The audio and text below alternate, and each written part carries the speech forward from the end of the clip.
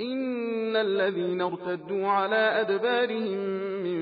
بعد ما تبين لهم الهدى الشيطان سول لهم وأملى لهم ذلك بأنهم قالوا للذين كرهوا ما نزل الله سنطيعكم في بعض الأمر والله يعلم إسرارهم